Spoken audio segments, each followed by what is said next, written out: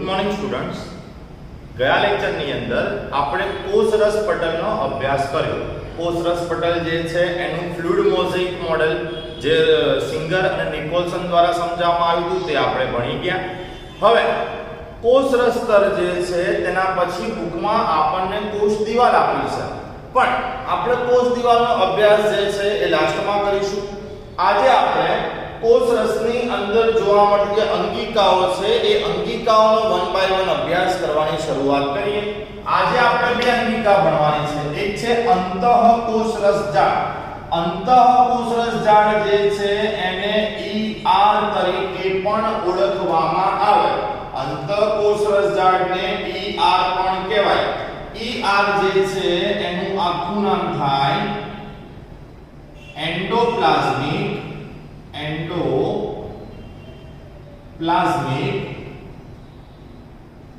Reticulum.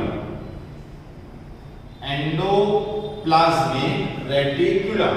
અંતઃકોષરસ જાળને endoplasmic reticulum બી કહેવાય.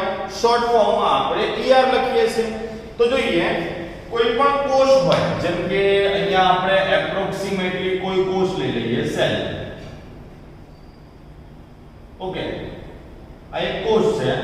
હવે કોષ જે છે આ કોષની અંદર કોષ કેન્દ્ર રહેલું હોય તો કોષની અંદર રહેલું આપણે કોષ કેન્દ્ર પણ દર્શાવી દઈએ.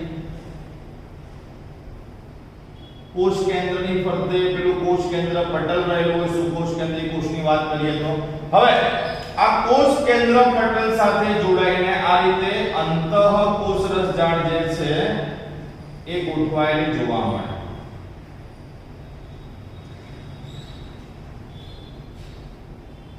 બરાબર, આવું કોષ કેન્દ્રમાં બધી તરફ તમને અંતઃકોષરસ જાળ જે છે એ જોવા મળશે. એટલે જસ્ટ એક્ઝામ્પલ છે. તો આ છે અંતઃકોષરસ જાળ. અંતઃકોષરસ જાળ જે છે એક છેડે કોષ કેન્દ્ર પટલ સાથે પણ જોડાયેલી હોય તો એ અંતઃકોષરસ જાળ જે કોષરસ પટલ સાથે બી જોડાયેલી છે. હું તમને બતાવું આ રીતે. જેમ કે આ છેડો કોષ કેન્દ્ર પટલના સંપર્કમાં છે તો આયલો છેડો કોષરસ સ્તરના સંપર્કમાં છે. મતલબ કોષ કેન્દ્ર પટલ અને કોષરસ સ્તર બંને બાજુ જોડાણ ધરાવે છે. બુકની અંદર આ વસ્તુ નથી કીધી, પણ આપણે યાદ રાખવાનું કે કોષ કેન્દ્ર પટલ અને કોષરસ સ્તર બંને બાજુ અંતઃકોષરસ જાળ જે છે એ જોડાણ ધરાવે. તો એનો અભ્યાસ કરીએ. ઇલેક્ટ્રોન માઇક્રોસ્કોપ જે છે એની શોધ થયા પછી ઇલેક્ટ્રોન માઇક્રોસ્કોપિક અભ્યાસ પરથી એવું જાણવા મળ્યું કે જે સુકોષ કેન્દ્રીય કોષો હોય, આ સુકોષ કેન્દ્રીય કોષના સમગ્ર કોષમાં ગોઠવાયેલી જે નાની નલિકામય રચનાઓ જોવા મળે છે, આ નાની નલિકામય રચનાઓના જાળાને આપણે ER કહીએ છીએ. ER મતલબ કે એન્ડોપ્લાઝમિક રેટિક્યુલમ, એટલે કે એને કહેવામાં આવે અંતઃકોષરસ જાળ. હવે આ જે અંતઃકોષરસ જાળ છે આ એનો અંદરનો અવકાશ અને આ એનો બહારનો અવકાશ. મતલબ ER નો જે આંતરકોષીય અવકાશ છે એને બે ભાગમાં વહેંચવામાં આવે. એક છે પટલમય જે અંદરની તરફ હોય અને એક છે બાહ્ય પટલમય. હવે આ જે બહારનો વિસ્તાર છે, જેમ કે હું થોડું બ્લેક કલરમાં તમને ડાર્ક કરીને બતાવું, આ બહારનો ભાગ, આ બાહ્ય પટલ કહેવાય. આ બાહ્ય પટલ જે છે એની પર જો રિબોઝોમની હાજરી હોય, બાહ્ય પટલ પર રિબોઝોમની હાજરી હોય તો રિબોઝોમની હાજરીને કારણે એની સપાટી ખરબચડી બને. અને જો રિબોઝોમની હાજરી ન હોય, જેમ કે આ ઉપરનો ભાગ જોઈ લો, અહીંયા રિબોઝોમની હાજરી નથી આટલા ભાગમાં, તો આ વિસ્તાર જે છે એની સપાટી ખરબચડી નહીં બને.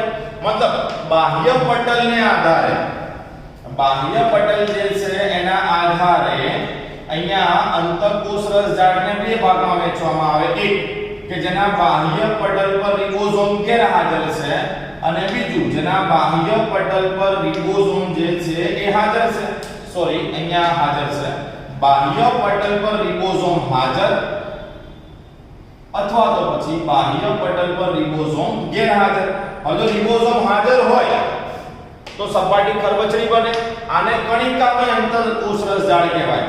જો બાહ્ય પટલ પર રિબોઝોમ હાજર હોય તો સપાટી જે છે એ ખરબચડી બને, એટલે આને કણિકામય અંતઃકોષરસ જાળ અથવા તો ખરબચડી અંતઃકોષરસ જાળ કહેવાય. અને એના માટે બીજો એક શબ્દ RER પણ વપરાય. ER એટલે એન્ડોપ્લાઝમિક રેટિક્યુલમ અને R બરાબર રફ. રફ એટલે શું? આ સપાટી લીસી નથી, સપાટી રફ થઈ ગઈ. રફ એટલે કે ખરબચડી સપાટી થઈ ગઈ.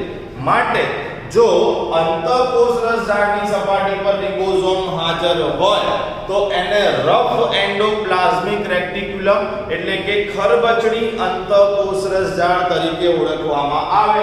અને જો રિબોઝોમ ગેરહાજર હોય તો તેને કણિકાવિહીન અંતઃકોષ રસજાળ અથવા તો એની સપાટી લીસી હશે કારણ કે રિબોઝોમ નથી એટલે એને લીસી અંતઃકોષ રસજાળ એટલે કે SER, જ્યાં S નો અર્થ સ્મૂધ થશે.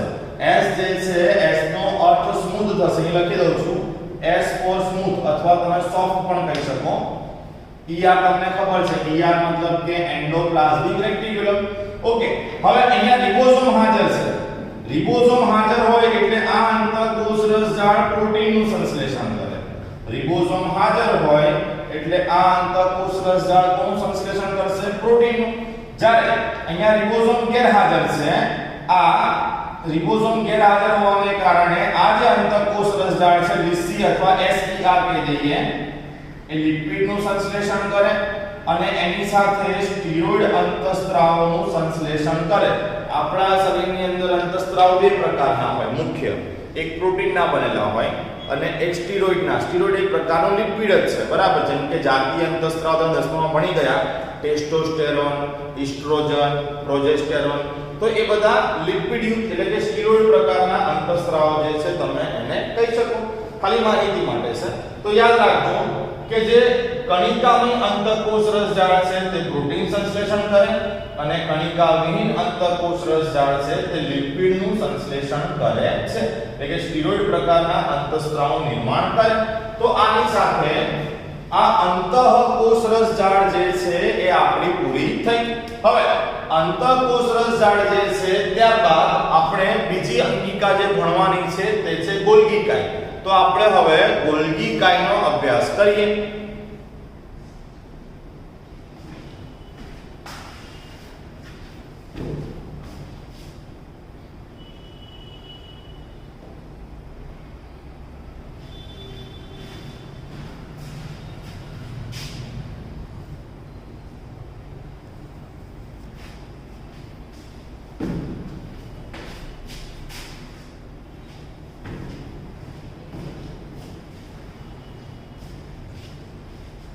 તો વિદ્યાર્થી મિત્રો, હવે આપણે જોઈએ ગોલ્ગી કાય. આપણે હાલ એવું જોયું કે જે કોષ કેન્દ્ર હોય, જેમ કે આપણે તમને કોષ કેન્દ્ર દર્શાવ્યું, બરાબર. આ કોષ કેન્દ્ર સાથે અંતઃકોષ રસજાળ જે છે એ જોડાયેલી હોય.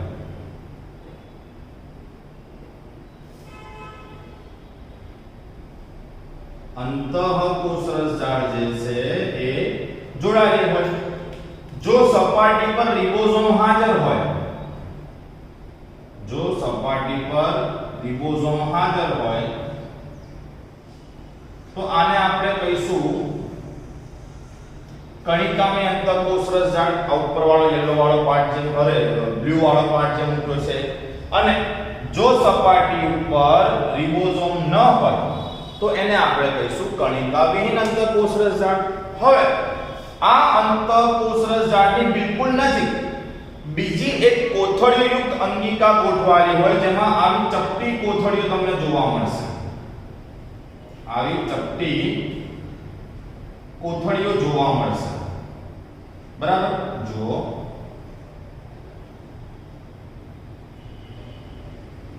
આ રીતે તો આ જે ચપટી કોથળીયુક્ત રચના છે, આ ચપટી કોથળીયુક્ત રચનાને ગોલ્ગી પ્રસાધન કહેવાય. આ જે ચપટી કોથળીઓ જેવી રચના છે આને ગોલ્ગી પ્રસાધન કહેવાય. હવે આ ગોલ્ગી પ્રસાધન જે છે એની સાથે સાથે કેટલીક પુટિકાઓ પણ રહેલી હોય. હવે કોથળીનો સમૂહ ગોલ્ગી પ્રસાધન કહેવાય. એની જોડે કેટલીક પુટિકાઓ પણ રહેલી હોય. ઓકે, તો આ પુટ્ટિકા અને ગોલ્ગી પ્રસાધન એમને સંયુક્ત રીતે ગોલ્ગી કાય કહેવાય. આ પુટ્ટિકા જે છે, આ પુટ્ટિકાઓ બરાબર, અને આ આખું ગોલ્ગી પ્રસાધન એને શું કહેવામાં આવે? તો એને કહેવામાં આવે ગોલ્ગી કાય. જેમાં તમને આ ચપટી કોથળીઓ દેખાઈ રહી છે, આ પ્રત્યેક કોથળી માટે સિસ્ટરની શબ્દનો પ્રયોગ થાય. પ્રત્યેક કોથળી જે ચપટી એને સિસ્ટરની તરીકે ઓળખવામાં આવે. તો આપણે ગોલ્ગી કાય જે છે એને સમજીએ. ગોલ્ગી કાય એક કોષ કેન્દ્રની નજીક હોય. સૌપ્રથમ 1898 માં ઇટાલિયન અંતસ્થ વિદ્યાશાસ્ત્રી કેમિલો ગોલ્ગી નામના વૈજ્ઞાનિકે તેનું અવલોકન કર્યું. હવે આ અંગિકાનું અવલોકન કર્યું હતું કેમિલો ગોલ્ગી, અને કેમિલો ગોલ્ગી જે છે એને પોતાના નામને આધારે આને ગોલ્ગી બોડીઝ એટલે કે ગોલ્ગી કાય શબ્દ આપ્યો. એટલે કે આ અંગિકા જે છે તે ગોલ્ગી કાયના નામથી ઓળખાવા લાગી. હવે સમજો, આ અંગિકામાં ચપટી પટલની કોથળીઓ જોવા મળે, જેને આપણે સિસ્ટરની કહી શકીએ. આ પ્રત્યેક ઇન્ડિવિડ્યુઅલ, જેમ કે આ આખો ભાગ, તો આ આખી જે કોથળી છે આ કોથળીને કહેવામાં આવે સિસ્ટરની. હવે આ સિસ્ટરની છે, આ બીજી, આ ત્રીજી, આ ચોથી, પાંચમી. મતલબ સિસ્ટરની જે છે એ થપ્પીમય રચના એટલે થપ્પીમય ગોઠવણી કરે, જેને ગોલ્ગી કાય અથવા તો ગોલ્ગી પ્રસાધન તરીકે ઓળખવામાં આવે. જેમાં પ્રત્યેક સિસ્ટરની જે છે એનો વ્યાસ, યાદ રાખજો ખાસ, MCQ માં પૂછાઈ શકે, 0.5 માઇક્રોમીટર થી 1 માઇક્રોમીટર વ્યાસ હોઈ શકે. સિસ્ટરની જે છે એનો વ્યાસ 0.5 થી 1 માઇક્રોમીટર સુધીનો હોઈ શકે. બીજું, સિસ્ટરની વારાફરતી ક્રમમાં ગોઠવાયેલી હોય. જો આ પહેલી, આ બીજી, આ ત્રીજી, આ ચોથી, પાંચમી, છઠ્ઠી સિસ્ટરની ક્રમમાં ગોઠવાયેલી હોય, એકબીજાને સમાંતર હોય, કોષ કેન્દ્રની નજીક હોય. હવે કોષ કેન્દ્રની નજીક એટલે સ્વાભાવિકપણે આ અંતઃકોષરસ જાળની પણ કેવી કહેવાશે? નજીક. એટલે કે અંતઃકોષરસ જાળની પણ નજીક હોય. તેમાં બે પ્રકારની, આ જે ગોલ્ગી કાય છે એમાં બે પ્રકારની ગોઠવણી જોવા મળે, સિસ અને ટ્રાન્સ. હવે સિસ અને ટ્રાન્સ નો અર્થ થાય પરસ્પર વિરોધી. સિસ અને ટ્રાન્સ નો અર્થ થાય પરસ્પર વિરોધી. આને આપણે કઈ રીતે સમજીશું? તો જો આ જે સિસ્ટરની છે એમાં જેનું અંતઃકોષરસ જાળની સામે છે, જેમ કે આને જુઓ, આ ભાગ, આ કોથળીનું મુખ અંતઃકોષરસ જાળની સામે છે, આનું પણ અંતઃકોષરસ જાળ સામે છે, આનું પણ મુખ અંતઃકોષરસ જાળની સામે છે. જ્યારે આનું મુખ આ બાજુમાં છે, આ પણ આ તરફ છે અને આ બી આ તરફ છે, તો પરસ્પર વિરોધી ગોઠવણી થઈ. એમાં જે છેડાઓનું મુખ અંતઃકોષરસ જાળ તરફ હોય એને સિસ કહેવાય, સિસ પ્રકારની ગોઠવણી. અને જેમનું મુખ જે છે અંતઃકોષરસ જાળથી વિરુદ્ધ દિશામાં છે એને ટ્રાન્સ પ્રકારની ગોઠવણી કહેવાય. એટલે કે અહીંયા સિસ અને ટ્રાન્સ ગોઠવણી જોવા મળે છે. સિસ કે જે બહિર્ગોળ ભાગ નિર્માણ કરે છે, જ્યારે ટ્રાન્સ જે છે એ વિકસિત ભાગ છે અને અંતર્ગોળ રચના ધરાવતી અવસ્થા છે. હવે એ ડિપેન્ડ કરે તમે ક્યાંથી જુઓ છો. જેમ કે આપણે આ જ આકૃતિને ઊંધી કરી દઈશું તો તમને આ સિસ ભાગ જે છે અંતર્ગોળ દેખાય. જેમ કે લાઈક અહીંયા હું તમને દોરીને બતાવું. માન લો કે અહીંયા ક્યાંય અંતઃકોષરસ જાળ આવેલી છે, બરાબર. હવે અહીંયા શરૂ થઈ આપણે ગોલ્ગી કાયની રચના. તો આ પહેલી સિસ્ટરની, આ બીજી સિસ્ટરની, પછી આ ત્રીજી. તો અહીંયા આ ભાગ તમને અંતર્ગોળ દેખાશે અને આ ભાગ બહિર્ગોળ દેખાશે. પણ તમે અહીંથી જોશો તો તમને કદાચ સિસ અંતર્ગોળ, સિસ જે છે અંતર્ગોળ દેખાતું હશે. પણ બુકની અંદર આપણને એવું કીધું છે કે ભાઈ સિસ જે છે એ બહિર્ગોળ છે, તો આપણે સિસ જે છે એને બહિર્ગોળ ધારી લઈએ છીએ. અને ટ્રાન્સ જે છે એ અંતર્ગોળ છે, એટલે ટ્રાન્સને આપણે અંતર્ગોળ ધારી લઈએ છીએ. હવે અંતઃકોષરસ જાળ, જેમ કે અંતઃકોષરસ જાળમાંથી પ્રોટીન બને, આપણે એવું કહ્યું હતું. પછી લિપિડ બને, એ લખ્યું છે આપણે કે પ્રોટીન લિપિડનું સંશ્લેષણ કરે. તો આ જે પ્રોટીન અને લિપિડ છે એ ઉપયોગમાં લઈ શકાય તેવા નથી હોતા. અંતઃકોષરસ જાળમાંથી જે પ્રોટીન કે લિપિડ બને એ ઉપયોગમાં લઈ શકાય તેવા નથી. પછી આ પ્રોટીન અને લિપિડ ગોલ્ગી કાયમાં પ્રવેશે અને ગોલ્ગી કાયમાંથી તે એક સિસ્ટર્નીમાંથી આગળ બીજી સિસ્ટર્નીમાં વહન કરતા કરતા આગળ વધે અને ત્યારબાદ જ્યારે અહીંથી ટ્રાન્સછેડા ઉપરથી લિપિડ અને પ્રોટીન બહાર આવશે ત્યારે પરિપક્વ થઈ ગયા હશે, મતલબ કે અંતઃકોષ રસજાળમાંથી મુક્ત થતા દ્રવ્યો શીશ સાથે જોડાય, આ શીશ ભાગ છે, ત્યાંથી આગળ વધીને એ ટ્રાન્સ સુધી પહોંચે કે ત્યારબાદ એ પુટિકામાં ગોઠવાય, અલગ થાય, ગોલ્ગીકાય અંતઃકોષ રસજાળની સાથે ગાઢ રીતે સંકળાયેલી હોય, ગ્લાયકોલિપિડ અને ગ્લાયકોપ્રોટીનનું સંશ્લેષણ સ્થાન છે. આ શું કહેવા માંગે છે? એક આપણી ગોલ્ગીકાય અંતઃકોષ રસજાળ ગાઢ રીતે જોડાયેલી હોય, કારણ અંતઃકોષ રસજાળ જે લિપિડ અને પ્રોટીન છે એને પરિપક્વ કરવાનું કામ કોણ કરશે? ગોલ્ગીકાય. અને અંતઃકોષ રસજાળમાંથી જે પ્રોટીન અંદર એન્ટર થાય એ ગ્લાયકોપ્રોટીનમાં રૂપાંતરિત થઈને બહાર આવે, અને જે લિપિડ અંદર એન્ટર થાય એ લિપિડ જે છે એ ગ્લાયકોલિપિડમાં રૂપાંતરિત થાય. તો ટૂંકમાં ગોલ્ગીકાયનું બેઝિક કામ શું છે? અંતઃકોષ રસજાળમાંથી આવતા પ્રોટીનનું ગ્લાયકોપ્રોટીનમાં રૂપાંતરણ કરવું અને લિપિડનું ગ્લાયકોલિપિડમાં રૂપાંતરણ કરવું. તો આપણે પહેલી અંગિકા જોઈએ અંતઃકોષ રસજાળ, અને અંતઃકોષ રસજાળ જે છે એના પછી બીજી અંગિકા આપણે જોઈ ગોલ્ગીકાય. ગોલ્ગીકાય જે છે એ અંતઃકોષ રસજાળ સાથે ગાઢ રીતે સંકળાયેલી અંગિકા છે. તેનો સૌપ્રથમ અભ્યાસ કેમિલો ગોલ્ગી દ્વારા કરવામાં આવ્યો હતો. તો આપણે બે અંગિકા પૂરી થઈ કઈ તો પહેલી પૂરી થઈ ગઈ અંતઃકોષ રસજાળ, બીજી પૂરી થઈ ગોલ્ગીકાય. અહીંયા સુધી રાખીએ છીએ. ત્યારબાદ આવતા લેક્ચરમાં નવી અંગિકાનો અભ્યાસ કરીશું. આ બહુ સિમ્પલ અંગિકાઓ છે, તમે એકાદ વાર ધ્યાનથી સમજશો તો આવડી જશે. બહુ ચિંતા કરવી પડે એવું આ ચેપ્ટર છે નહીં, તમે સરળતાથી આ ચેપ્ટરને સમજી શકશો. ઓકે, આજના લેક્ચરમાં અહીંયા સુધી રાખીએ. આવતા લેક્ચરમાં નવી અંગિકાઓ સાથે શરૂઆત કરીશું.